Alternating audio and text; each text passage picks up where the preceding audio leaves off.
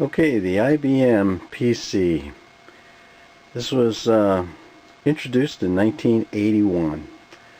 IBM wanted to get into the business of the personal computers, and they made a really nice machine. The first machine that came out in 1981 was only a 64K machine that could update to 256.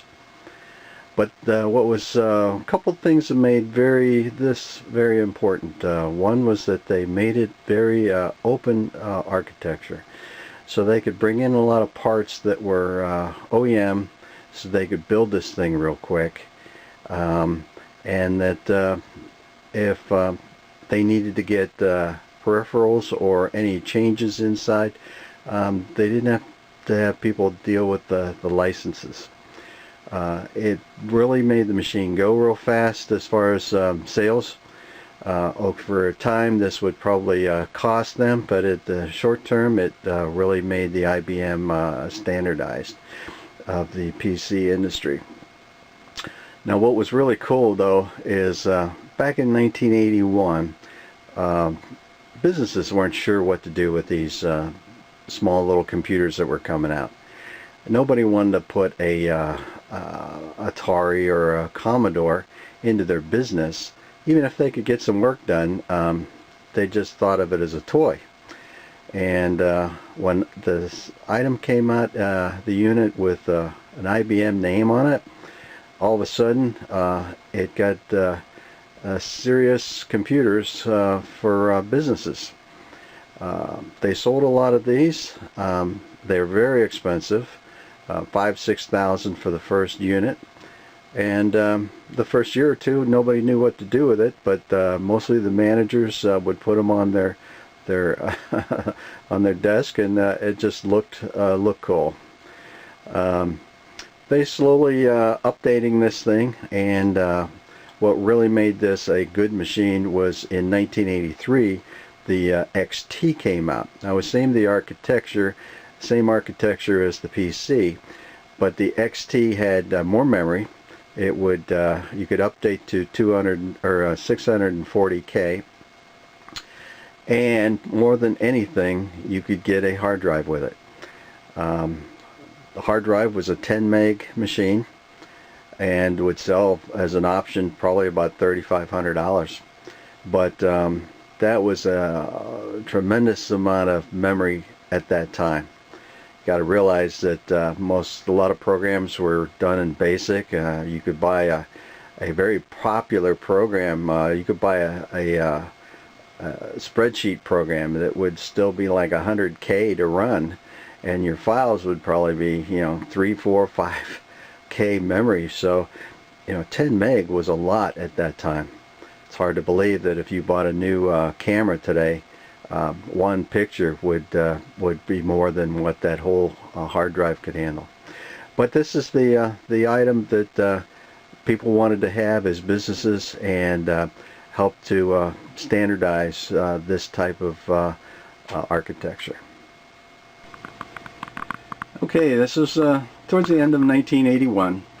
Businesses were starting to get into this computer business stuff, and people that were using their computers, if you went out somewhere, you weren't often going to find another computer that you could work on at anybody else's place.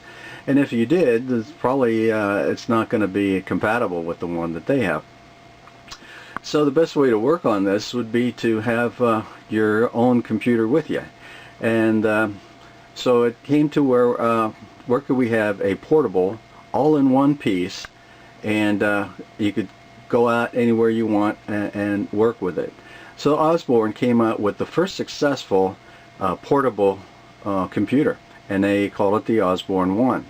This came out at the end of 1981, had a Z80 CPU with 4 megahertz clock, came with 64K, which is actually a lot at that time. Came with 2 floppy drives, and ran a lot of good software, and you could buy this package for about $1,800. The weirdest thing is that it had a 5-inch screen, It's amazing. I guess getting it out in as a portable, that was really something. They used to market this thing with just a like a secretary going to a airport or something and carrying that thing, which is funny because it's 35 pounds weight. So this was not an easy thing. I wouldn't call it a laptop in any case, but you could go anywhere you wanted, and it did look like having a suitcase, but 35 pounds, but you had everything you needed in it other than the printer, and a 5-inch screen. How anybody could use a spreadsheet on a 5-inch screen is amazing, but they did. So they sold a lot of these. They did 2 more units after that. Sorry about my chihuahua. They sold 2 more of these units after that, but eventually went out of business a few years later. It was just such a competitive time from that point on. But they were the first one that came out, and it's very collectible. Now, just a few months after the Osborne One, another company called Kaypro, they wanted to get into business. Their business was doing test machines, testers, and decided to get into the computer stuff. So it's basically the same the architecture of the Osborne. You see who keeps barking around here? Why are you making so much noise around here, my little girl? But anyways, the Osborne, the Kaypro II came out, and that was their first, their portable, and it was just as good as the other machine. It had like the same kind of software that came with it, right about the same price. What made this thing so more popular was because of the 9-inch screen. And of course, 9-inch screen was a lot more to work than 5 if you're doing any spreadsheet or something like that. Even though this was the original machine back in 1981, or it might have been the early 1982, the Kaypro II. They called it a 2 though, even though there was no Kaypro 1 per se. They called it the Kaypro II because they wanted to kind of get on a little bit with the Apple II. Since everybody knew the Apple II at that time, they thought, well, by having the 2 on their name, it would be a plus to have. So that's where that unit came from. You know, we're finding for businesses, it seems like a lot of the computers are starting to get very popular with the IBM type and the Apples. All the computers that were coming out in the early 80s, they were all different. They had different software. They had different formats for the diskettes. They really hadn't standardized much. And one of the first clones that started coming out was a Franklin. Franklin company made a clone of the Apple II. It basically was exactly a copy. This came out in 1982, and the version I have here is and one from 1983, the Ace 1200. The main difference is this one had a little bit more memory and came with a inside 2 floppy drives, where the 1000 that came out in 82 had it external. Of course, they only sold a few of these before Apple sued them for copyright, and Franklin lost, and they basically stopped their business for a short term, then came back and did find a way to get around their BIOS, but it was pretty much shot by then, and towards the middle of the 80s, Franklin had to close their business. Okay, in 1982, the IBM was starting to get cloned, and the first one to do it was a company called Columbia Data Products. They made a copy of the IBM PC, and other than the name, it looked exactly of the IBM. The case looked exactly the same.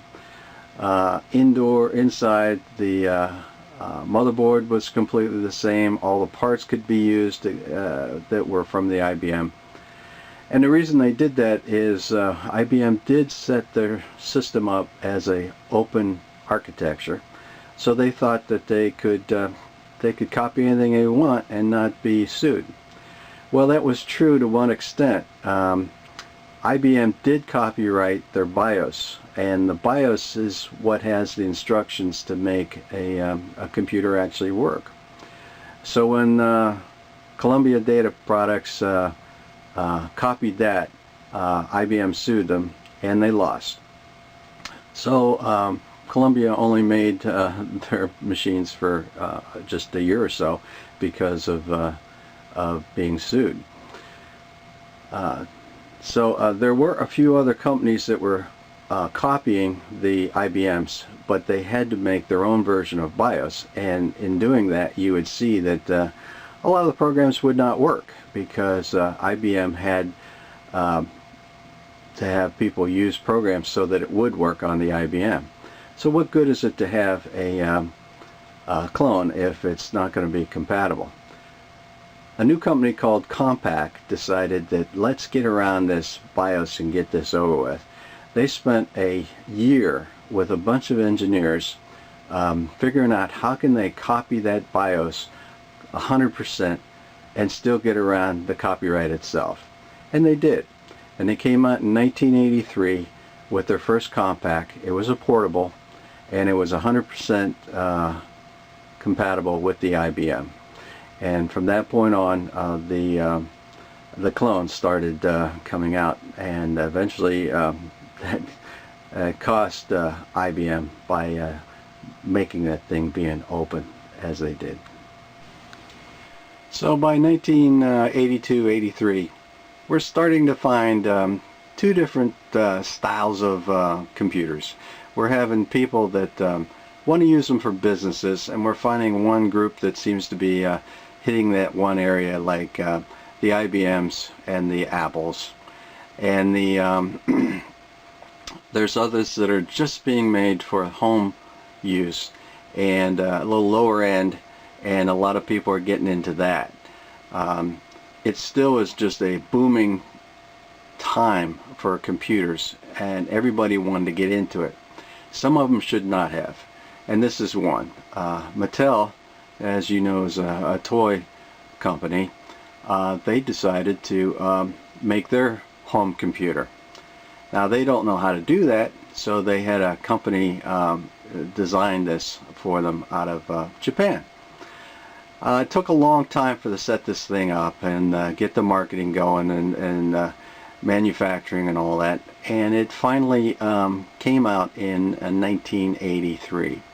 Problem was, the basic system was still the architecture of about 1979.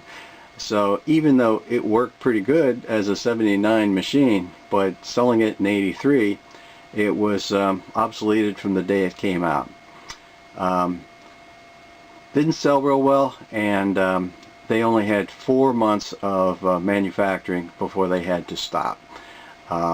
They sold them as long as they could to get rid of them, but obviously this was kind of a system did not work very well, and that was the only computer that Mattel ever made.